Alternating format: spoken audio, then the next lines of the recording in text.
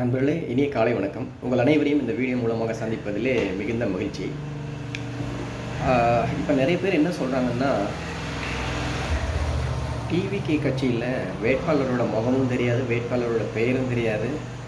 ஆனாலும் எல்லோரும் வாக்களிச்சிட்டாங்க, ஜெயிக்க வச்சிட்டாங்க அப்படின்லாம் சொல்கிறாங்க.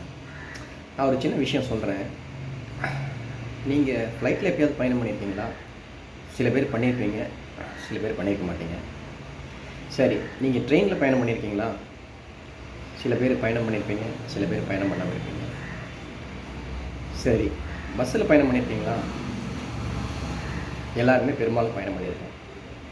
அந்த பஸ்ஸில் ஏறுறதுக்கு முன்னாடி அந்த பஸ்ஸோட டிரைவரு அவருக்கு லைசன்ஸ் இருக்கா, அவர் நல்லா ஓட்டுவாரா அப்படின்னு நாம் என்றைக்காவது யோசிச்சுட்டு பஸ் ஏறி இருக்கோமா? இல்லை.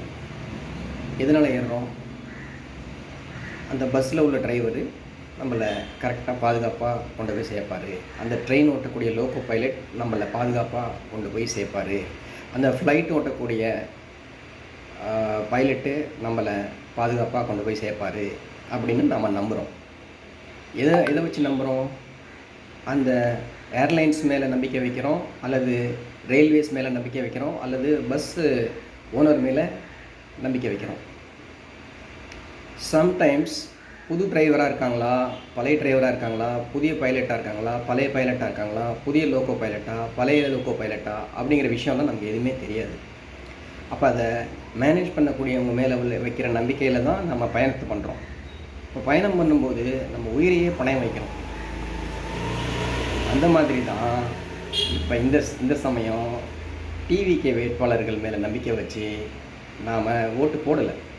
நம்ம மீன்ஸ் உடனே என்ன, நான் டிவிகேக்காரன் நீங்கள் நினச்சிடாதீங்க, நான் பொதுவாக பேசிகிட்டு இருக்கேன். நான் என்ன சொல்ல வரேங்கிறது உங்களுக்கு புரிஞ்சிருக்குன்னு நினைக்கிறேன். நன்றி, வணக்கம்.